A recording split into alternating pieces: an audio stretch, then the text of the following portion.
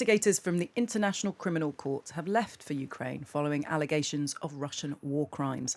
Ukraine made a formal application to the ICC, accusing Russia of planning acts of genocide. Hundreds of Russian soldiers and Ukrainian civilians have been killed since President Vladimir Putin sent his troops over the border. But investigations will also look at the Kremlin's annexation of Crimea 8 years ago. Stephen Rapp, former ambassador-in-chief on war crimes under Obama, joins us now. Good morning to you. Good morning, Jenny. How are you? Very well. Very happy to have you with us. Tell us, you know how the ICC works. How do they go about prosecuting war crimes? Well, at this point, the prosecutor can proceed with an investigation. I understand Ukraine's not a state party of the ICC, but it's possible for a country to declare itself within the ICC jurisdiction, which Ukraine did about 8 years ago. And now, in particular, the 49 countries led by the United Kingdom have referred the case that's already jurisdictionally before the court. That means the prosecutor can start immediately to investigate really everything that's a war crime or a crime against humanity or genocide that's happened on the territory of Ukraine since November of 2013. Of course, the most serious crimes, and we're looking at crimes that are getting worse by the day, are those that have been committed since the Russian invasion that began 9 days ago. And so I think here we're looking at a situation where he will be seeing if the laws of war have been violated. And of course, the key law of war is that you don't intentionally attack civilian areas or civilian infrastructure. Obviously, in a war, those things are destroyed, but not intentionally. And one can look at the patterns of the attacks to determine whether, in fact, they were aiming at a military target or rather seeking to terrorize the population. And certainly if you use indiscriminate bombardment of the kind that was used by the Russians in Grozny and in their own country in 99 and 2000 in Chechnya, that's the sub-region, but Grozny was the capital. It was completely flattened. And then the way that with aerial support, they've committed the same war crimes in Syria, specifically in Aleppo, and then later in Daraa. Of course, the ICC doesn't have jurisdiction there. The ICC does here. So given, I mean, obviously I'm looking at the front pages of many of the newspapers in the UK today, and they all have pictures of this, remarkable images of this tower block, this residential tower block that was effectively taken out yesterday. On the basis of what you've seen, how likely is it that Putin in particular will be found guilty of war crimes? Well, let's before we find anybody guilty, we have to build a case and put out an arrest warrant for them, and then get them into custody. No in absentia trials. I think it is highly likely that before long there could be an arrest warrant for Vladimir Putin.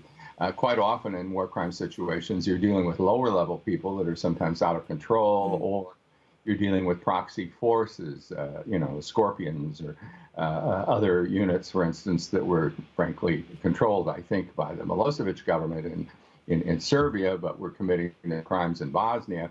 And so you always had the challenge of trying to tie the sort of command and control of those sorts of units to the top of the state. Here, you don't have that challenge. This is all being done, at least all of this bombardment, by Russian regular forces under their commander-in-chief, Vladimir Putin. Now, there can be other crimes. I mean, the threatened assassinations and taking out of journalists and other things which have often followed in these places, particularly when you get to an insurgency situation where perhaps a city is taken, but the population is unwilling to be taken. And so you have those acts, and then you begin to see these horrible things happening to civilian opponents. And certainly if what President Putin told President Macron yesterday is the way Russians intend it, that's where we're headed to. Those things are sometimes a little harder to tie to the top. Yes. But that said, there's no question that with these bombardments, it's Putin. And so I think it's very likely we'd have an arrest warrant. These trials take a very long time, don't they? I mean, you mentioned Milosevic and his war crimes. It's only fairly recently that the trial of Ratko Mladic came to its conclusion. Is it likely that if any of this does ever reach a conclusion at the International Criminal Court, we're talking about years before there's a ruling?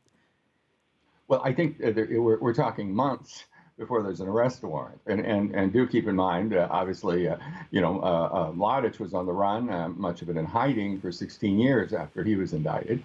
Milosevic, on the other hand, when he was charged, within 2 years, he was in The Hague. The people in his own country voted him out and brought in another nationalist who didn't believe in war crimes. And so, those kinds of things do happen. Even Bashir, who was indicted by the ICC back in 2009, was overthrown in his own country about 9 years later, though still not in The Hague. So these indictments do have an effect. I prosecuted Charles Taylor, the president of Liberia, for the crimes committed in the next door country, Sierra Leone. It took 3 years between indictment and arrest because he was given exile in Nigeria.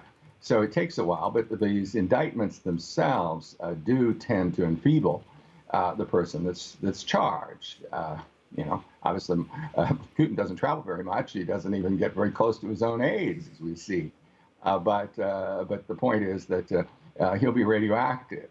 He won't be going to any summits.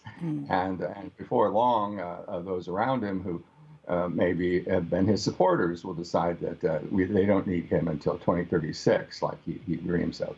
So the power of the ICC is beyond the initial charges. It's about the weight of having those charges against you, regardless of what the verdict may one day be, is enough to mean that your reign is over to an extent. Well, it begins to make your reign less effective. Now, obviously, that depends upon international support. The fact that 49 countries joined in this referral is very strong.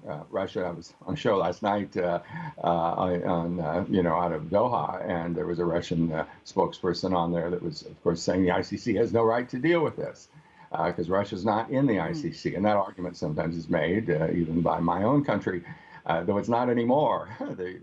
The administration is now supporting Senator Graham's bill on the floor for the United States to support the charging of Russian war crimes, including whoever is responsible up to Putin. So there's no question that the ICC has jurisdiction. If I kill somebody in London and I'm an American, I don't get a trial in America. I can't say you guys can't touch me. You arrest me, charge me under your laws, or send me to trial wherever you want to. It's your system.